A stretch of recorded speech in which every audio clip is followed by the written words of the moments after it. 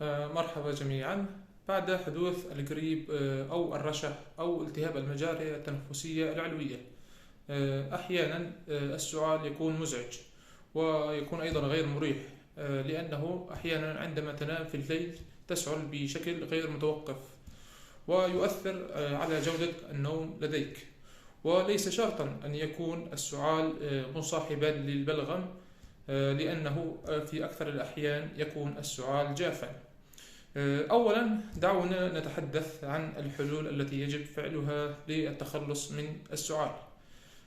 بالنسبة للسعال الجاف، أهم شيء يساعد على التخلص من السعال الجاف هو إبقاء الغرفة رطبة، لأنه عندما نستنشق هواء رطب لا يؤثر على جهازنا التنفسي. ونحن عندما نكون قد شفينا من التهاب المجاري التنفسية العلوية أو الجريب أو الرشح، بالحقيقة يكون الجهاز التنفسي عندنا منهك ومتعب. يعني الجهاز التنفسي بدءا من الأنف إلى الممرات الأنفية إلى الحلق والبلعوم، بعدها لتحت عند الرئتين. هذا الجهاز التنفسي يكون بشكل كامل قد تعرض للتعب وللمرض. وبناء على هذا، أصغر تنبيه يتلقاه الجهاز التنفسي يكون سبب حدوث السعال. لهذا السبب عندما يكون الهواء جافا وغير رطب يتأثر الجهاز التنفسي بشكل كبير، وهذا الهواء الجاف يكون بمثابة جسم غريب يدخل على الجهاز التنفسي، وعلى هذا يبدأ الجسم بالسعال لرفض هذا الهواء الجاف. وبناء على هذا السبب بشكل أولي، بعد حدوث الجريب أو الرشح أو التهاب المجاري التنفسية العلوية وظهور السعال الجاف، يجب علينا العمل على ترطيب الهواء المستنشق لمساعدة الجهاز التنفسي على التخلص من السعال. طبعا كيف يتم ذلك؟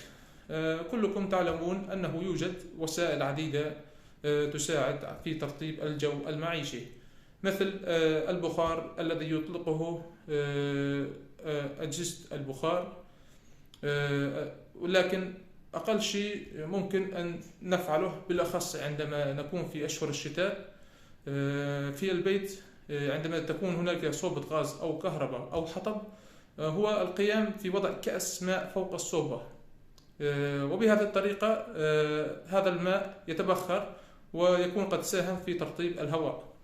وغير هذا ماذا يمكن فعله؟ على سبيل المثال الاستحمام بالماء الساخن يفيد في أخذ هواء رطب، وأيضا وضع ماء ساخن في وعاء والقيام بالاستنشاق بشكل مباشر. طبعا هذا البخار الخارج من الوعاء الذي يوجد به الماء الساخن يعتبر أحسن طريقة لترطيب الجهاز التنفسي والتخلص من السعال الجاف. أيضا نحن نقول البخار يساعد في ترطيب الجهاز التنفسي، كذلك الأمر الماء نفسه يرطب الجهاز التنفسي. أصلا شرب كميات كثيرة من الماء يساعد على ترطيب الجهاز التنفسي، لذلك أنصح بعدم إهمال شرب الماء بكثرة أثناء فترة المرض. وأيضا بشكل ثانوي تستطيعون في البيت وضع القليل من الملح في ماء فاترة والقيام بالغرغرة، وهذه الطريقة تعتبر أيضا مفيدة للسعال. وأيضا شرب شاي الزهورات، طبعا تستطيعون تحضيره في البيت مع وضع ملعقة عسل، وهذه الطريقة أيضا تعتبر مفيدة للسعال. على منوال آخر، يجب علينا أن نفكر ما هو سبب السعال، وهل هو عرض من أعراض مرض آخر. طبعا بعد حدوث الجريب أو الرشح أو التهاب المجاري التنفسية العلوية، يظهر لدينا نزلة أو سيلان في الممرات الأنفية الداخلية، وهي المسببة للسعال في أغلب الأحيان. كيف نعلم أنه لدينا نزلة داخلية أو سيلان في الممرات الأنفية الداخلية؟ طبعا عن طريق ظهور السيلان الأنفي الخارجي بشكل متكرر، وأيضا الرغبة في تنظيف الحلق عند الإحساس في وجود بلغم في الحلق. كما تعلمون يا كرام أن السعال يظهر في الليل أثناء النوم، في أغلب الأحيان، ويؤثر على جودة النوم. وطبعا لماذا يحدث هذا؟ في أغلب الحالات يكون سببه السيلان الخلفي للممرات الأنفية في المجاري التنفسية عندما تكون في وضعية النوم أثناء الليل مستلقي على ظهرك، ليس مثل عندما تكون واقف أو جالس.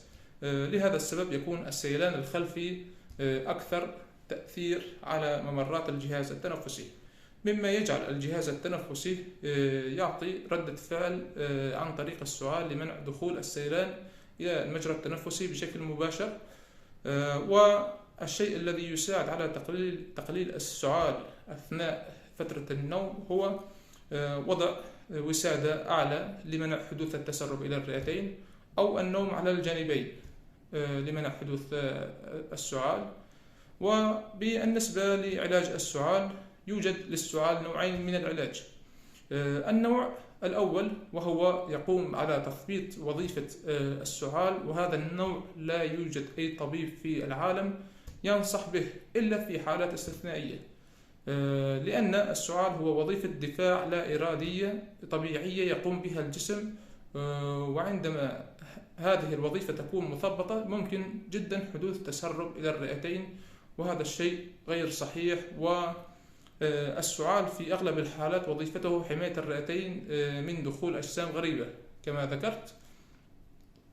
النوع الثاني الأكثر شيوعا لعلاج السعال وهو المقشع للبلغم، ويساعد في منع تشكل البلغم وتمييعه، وهذا العلاج ينصح باستخدامه في أغلب الأحيان. ختاما يا كرام، أود القول في أن مدة بقاء السعال وانتهائه بشكل تدريجي بعد حدوث الالتهاب في المجاري التنفسية العلوية أو القريب تتراوح بين 3 أسابيع ل 6 أسابيع، لكن إذا استمر السعال إلى أكثر من 6 أسابيع وبعد تطبيق كافة التعليمات التي تساهم في التعافي من السعال ولم ينتهي، يرجى الذهاب إلى أقرب مركز صحي أو طبيب، لأن بقاء السعال أكثر من 6 أسابيع قد يصبح سعال مزمن، وقد يكون من إحدى أعراض الأمراض الخطيرة.